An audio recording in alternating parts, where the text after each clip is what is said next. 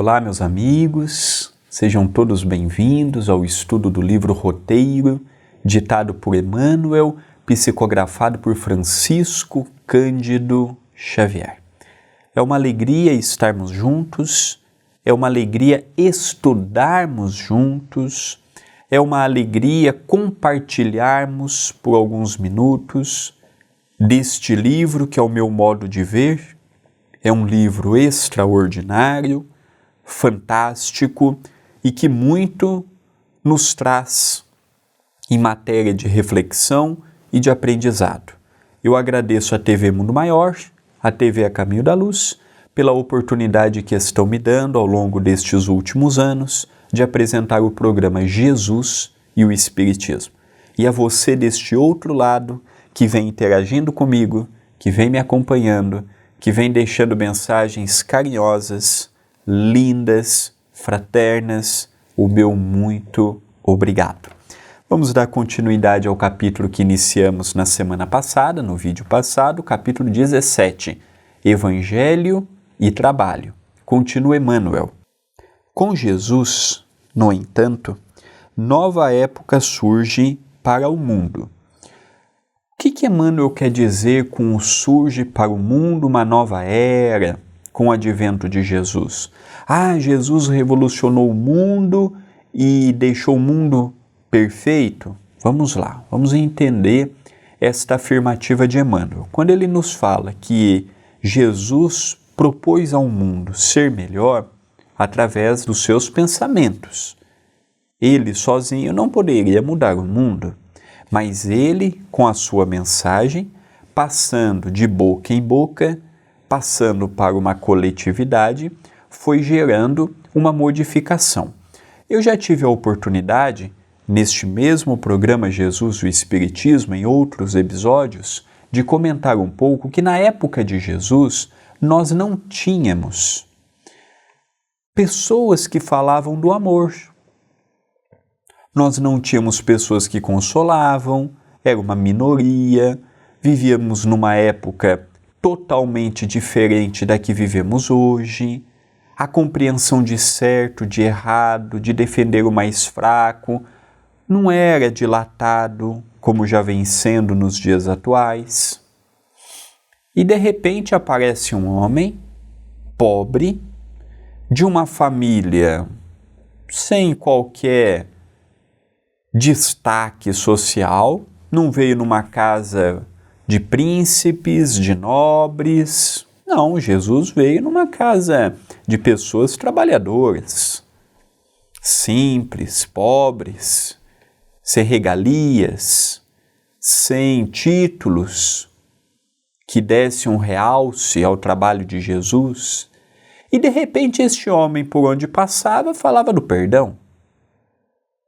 Falava do reino de Deus, falava do Consolador prometido que mais tarde viria continuar o seu trabalho, falava da importância de se colocar no lugar do outro, tomava a defesa do sofredor, da prostituta desorientada, do pescador desanimado, do publicano corrupto,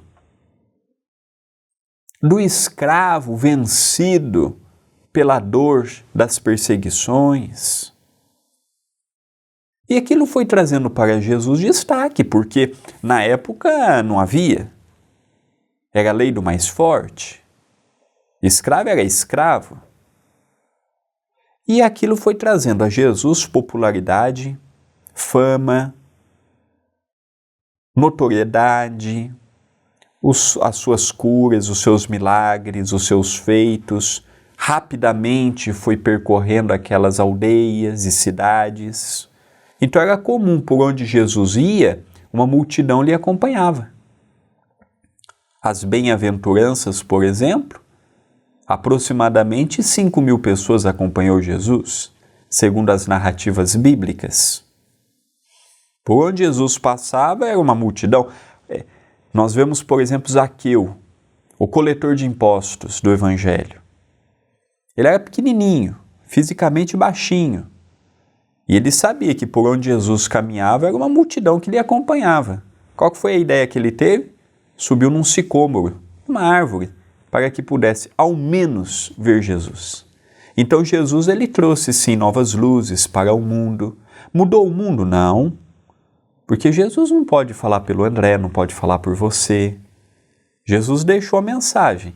Agora cada um de nós façamos dela o que desejamos. A modificação do mundo não está na mão de uma pessoa ou de um grupo de pessoas. É a população toda, consciente do seu papel, rumando por um mundo melhor. Caminhando por um mundo melhor. Não é um homem que vai mudar a Terra. Não é 12, 13, 14, 15 pessoas que vai mudar a Terra. Mas é o dia que cada um de nós vermos o nosso papel em casa, no trabalho, no centro espírita, na igreja, na sociedade. É aí que muda o mundo. Não é pelo discurso. Jesus, mais importância do que para o discurso, Jesus dava para a prática do que ele ensinava. Tão grande que dividiu uma era em antes e depois do seu nascimento. E olha que nós estamos falando de um personagem que 1/4 da população é cristão. Então Jesus ele conseguiu ser tão grande pelo amor, pela doçura, que aqueles corações que o ouviam, a maioria aceitou a proposta da mudança. Sem força, sem imposição. Nós não vemos um versículo do Novo Testamento, dos 7 evangelhos que compõem o Novo Testamento, nós não vemos uma vez que Jesus praticou proselitismo. Nós não vemos uma vez que Jesus deixou a outra pessoa com medo para que a pessoa mudasse. Nós não vemos uma vez em que Jesus obrigou ninguém a fazer o que ele queria. Jesus propôs. Virava as costas e ia embora. Como a mulher adúltera, que foi pega em adultério e levada à praça pública. Vai e não peques mais. Jesus virou as costas e continuou sua vida. Se a mulher ouviu o conselho de Jesus ou não, era problema dela. Se ela seria pega novamente em adultério e levada à praça pública, Jesus fez a sua parte. Ela teve uma segunda chance. Continua Emmanuel. O ministério do Senhor é sobretudo de ação e movimento. Cristão cansado não compreendeu o cristianismo. Nós vimos na pandemia, vamos ficar só no online, vamos ficar... Turma, tem casa espírita que até hoje não voltou sua atividade. Escolas já voltaram, faculdades já voltaram, supermercado nunca fechou e estava abarrotado de gente nesses últimos 2 anos, polícia não parou, hospital não parou, centro espírita parou. Evangélico brigando para abrir, André, mas é porque eles queriam abrir para pegar dinheiro. Não é todo evangélico que pensa em dinheiro. Não podemos colocar todos no mesmo saco. Pode ser a maioria? Até concordo. Mas quantos não quiseram abrir para levar a palavra sinceramente de Jesus? Você acha que o coitadinho que mora lá no sertão, que nem rola dinheiro, ele estava preocupado com gente analfabeto do seu lado, pobre, preocupado em abrir pão de dízimo? A gente também tem que evoluir o pensamento. Quantas igrejas não procuraram abrir para levar um conforto espiritual, como conheço em Itapira, o Padre Pedro, muito amigo nosso. Dinheiro? Não. Agora, o espírita, vamos esperar. Tem gente que está esperando até hoje. E tem casa que eu acho que nem abre mais. Vai ser um centro espírita online. Então, cristianismo, ele não coaduna com cansaço, com preguiça, porque as lives é uma preguiça. Eu faço em casa, ponho minha camiseta de gola e tô de shortão, saio, pego um café, pego um petisco, às vezes assisto a palestra deitadão. Amigos, estamos enganando quem? Ah, eu estou me protegendo. Você se protege de ir no supermercado? Às vezes você vai no supermercado toda semana. Estou me enganando quem? Deus? Não. Jesus? Não. Estamos enganando a nossa consciência. Continua Emmanuel. Levanta-se o mestre com o dia e devota-se ao bem dos semelhantes pela noite, adentro. Médico não descansa no auxílio efetivo aos doentes. Professor não se fatiga repetindo as lições. Juiz exemplifica a imparcialidade e a tolerância. Benfeitor espalha sem cessar as bênçãos do amor infinito. Sábio coloca a ciência do bem ao alcance de todos. Advogado defende os interesses dos fracos e dos humildes. Trabalhador divino serve a todos, sem reclamação e sem recompensa. O exemplo do Cristo é sublime e contagiante. O exemplo do Cristo é sublime e contagiante para os corações que permitem. Não é para todos, não. Não é para o espírita cansado. Não é para o espírita descrente. Não é para o espírita que vai na casa espírita só para pedir. Quero ajuda. Ó, tá vindo aí o boleto do meu cartão de crédito, não tem dinheiro, porque gastou. Ó, eu tô vindo aqui para pedir ajuda, minha diabetes está alta, para de comer doce. Tô com hipertensão, diminua o sal. Não é os espíritos. A maioria dos nossos problemas estão em nossas mãos. Tem problemas de ordem espirituais? Sim. Tem problemas de processos obsessivos? Sim. Mas a maioria das pessoas que eu atendo no atendimento fraterno na casa espírita é problema de gerenciamento da própria vida. Não é problema espiritual, não. Nós culpamos o coitadinho do obsessor. Nós terceirizamos o nosso problema, sendo que o maior obsessor somos nós mesmos. Então o Cristo fez tudo isso. O que nós fazemos hoje do exemplo do Cristo? Nunca temos tempo, tudo é difícil, tudo vem em primeiro lugar. Não é para sermos fanáticos, não. Não é para parar nossa vida pela igreja, pelo centro espírita, para nada, não. Mas quantas vezes não poderíamos empregar os ensinos de Jesus, mudando a realidade daquele próprio dia, sem fanatismo, sem ortodoxia, sem fé cega? Então é um assunto seríssimo e que nos convida a meditar no dia de hoje. Vamos para um breve intervalo e já retornamos. Voltamos com o programa Jesus e o Espiritismo, estudando o livro Roteiro, de Emmanuel, pelas mãos de Chico Xavier. Que alegria em estarmos juntos nesta mensagem firme, dedicada a cada um de nós e perguntando-nos o nosso comprometimento perante o Cristo. Não é perante a igreja, não é perante o centro espírita, não é perante ao terreiro de Umbanda, a tenda no candomblé, não. Qual o nosso compromisso com Cristo? Porque aqui na casa nós temos o benfeitor Dr. Adroaldo Modesto Gil. Antes de eu trabalhar com o Dr. Adroaldo, com o meu anjo da guarda, ou com qualquer outro espírito, eu não estou numa casa do Cristo.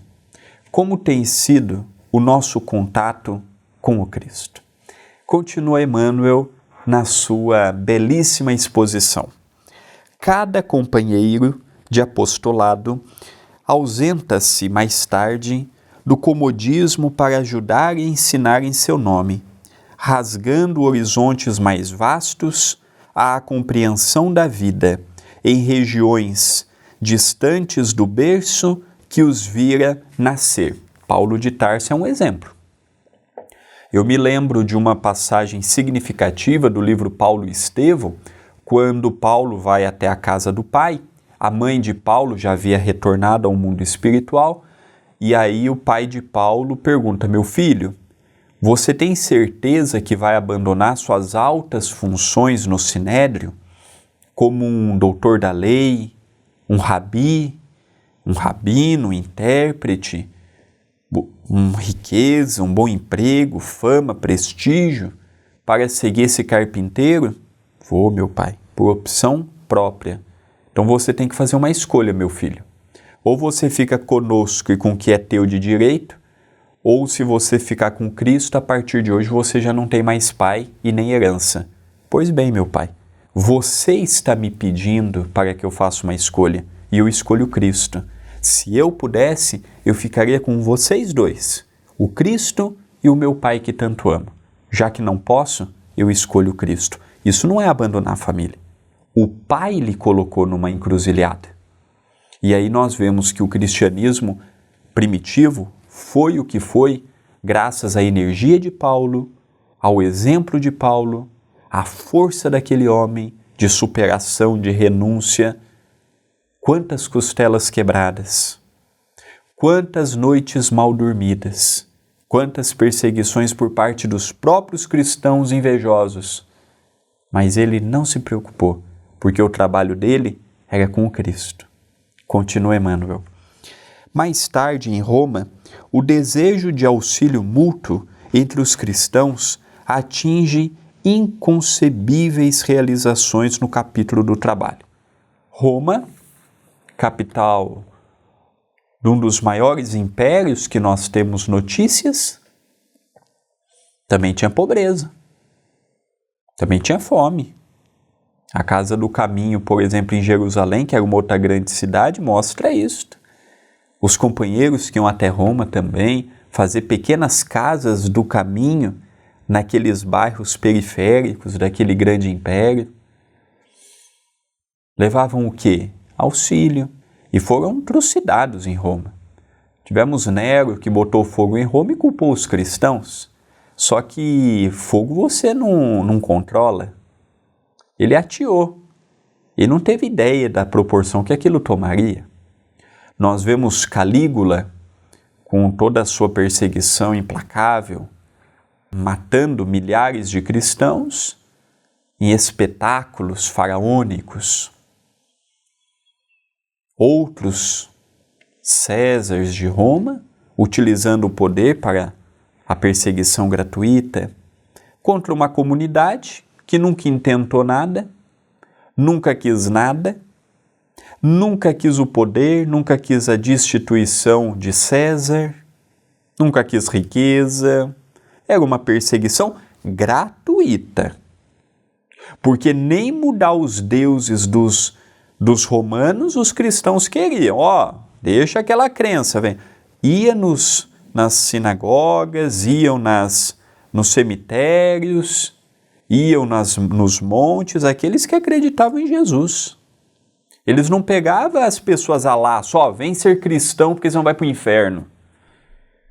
A perseguição dos romanos perante os cristãos foi covarde. De baixo calão. Era o Golias contra os pobrezinhos. Não tinha argumento. Mas naquela época, argumento para quê? Matava um mais um que morreu. Morreu 10 mil na arena. Não tem problema não. Que beleza, um espetáculo maior. Então Paulo, por exemplo, foi um imenso coração. Chegando até Roma, levando a mensagem aos irmãos que lá estavam, tem cartas, epístolas aos romanos. Então Roma também, apesar de ser a sede de um grande império, também padecia de fome, desigualdade, e pequenos núcleos familiares cristãos levavam este apoio àquela comunidade. Continua Emmanuel. Pessoas convertidas ao Evangelho se consagram inteiramente ao serviço com o objetivo de amparar os companheiros necessitados. Espalham-se aprendizes da Boa Nova nas atividades da indústria e da agricultura, das artes e das ciências, da instrução e do comércio, da enfermagem e da limpeza pública, disputando recursos para o auxílio aos associados de ideal, na servidão ou na indigência, no sofrimento e nas prisões. Há quem jejue por 2 e 3 dias seguidos, a fim de economizar dinheiro para os serviços de assistência ao próximo, sob a direção do pastor. Interessante, não é? Aquela época, uma época bem diferente de hoje, às vezes a pessoa se privava de comer para poder juntar um pouco mais de recurso para oferecer para o próximo. Será que na atualidade nós teríamos capacidade para fazer isto? Condições de nos privarmos?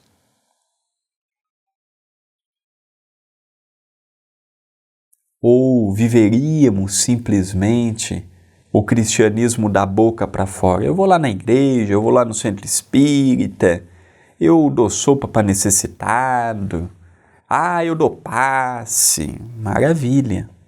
Todas as atitudes exterior. E interiormente, o que temos feito da mensagem do Cristo? Temos vivido minimamente o que o Cristo ensinou? Ou estamos simplesmente deixando a vida nos levar? Então esse exemplo aqui de que alguns se privavam por 1, 2, 3 dias para ter um pouco mais de recurso para levar assistência, tocou muito meu coração. Continua Emmanuel. O trabalho passa, então, a ser interpretado por bênção divina. É o que nós falamos no Centro Espírita. Trabalho é bênção divina. Ninguém é obrigado a ser um trabalhador espírita. Ninguém é obrigado a se converter em espírita. Mas se você vê no espiritismo a tua crença e é convidado a um trabalho, faça com amor. Ou é preferível falar, eu não posso, eu não estou preparado, eu não tenho condições hoje para fazer esta atividade, também é uma opção. Continua Emmanuel. Paulo de Tarso, transferindo-se da dignidade do sinédrio para o duro labor do tear, confeccionando tapetes para não ser pesado a ninguém e garantindo, por esse modo, a sua liberdade de palavra e de ação, é o símbolo do cristão que educa e realiza, demonstrando que a claridade do ensino deve aliar-se à glória do exemplo. Então Paulo foi maravilhoso no seu exemplo. Trabalhava de dia e pregava à noite. Em várias vezes no livro Paulo e Estevão as pessoas dizem assim, Paulo, não se preocupa com o tear não, nós vamos te custear enquanto você estiver aqui em casa. Paulo nunca aceitou. Falou, não. E se tornou um grande referencial. Dentro do espiritismo, por exemplo, o dirigente espírita, o médium, passista, o colaborador, de modo geral, não tem salário. É um trabalho social, é um trabalho religioso. Não é um trabalho empregatício, que eu ganho para fazer uma prece, ganho para fazer uma palestra, ganho para receber um livro. Apesar que tem muitas pessoas que vivem da oratória, vivem da mediunidade, mas aí já é uma outra conversa. E encerra Emmanuel dizendo, e até hoje, honrando no trabalho digno, a sua norma fundamental de ação, o cristianismo é a força libertadora da humanidade nos quadrantes do mundo inteiro. Interessante que, passados 2000 anos, a mensagem do Cristo continua viva nos corações de todos aqueles que crêem nele com convicção e com sinceridade. Estamos aqui terminando este capítulo monumental do livro Roteiro, ditado por Emmanuel, pelas mãos de Chico Xavier. Ao caminharmos para o encerramento do nosso programa, eu gostaria muito de convidar e de pedir a sua interação aqui no canal. Se inscreva no canal, habilite as notificações, deixe o seu gostei no vídeo. São pequenas ações que muito ajudam a TV A Caminho da Luz, que é um departamento do CEPAC, Centro Espírita Perdão, Amor e Caridade. Neste canal você encontrará mensagens diárias, como o Pão Nosso. Todos os dias, a partir das 6 horas da manhã, fica disponível uma mensagem de aproximadamente 5 minutos de duração. Você encontrará estudos das obras de André Luiz, Evangelho no Lar ao Vivo todos os dias, programas com companheiros e companheiras dedicados à seara espírita. Então você pode fazer parte da família da TV A Caminho da Luz, youtube.com/TV A Caminho da Luz. Ao encerrar o programa de hoje, rogo a Jesus e aos bons espíritos que nos auxilie, que nos ampare, que nos fortaleça, que este exemplo de Jesus trazido por Emmanuel possa nos sustentar, nos manter firmes, prontos para a jornada do bem, para a superação dos desafios, e desejo de coração votos de muita paz, de muita luz, e até o próximo programa.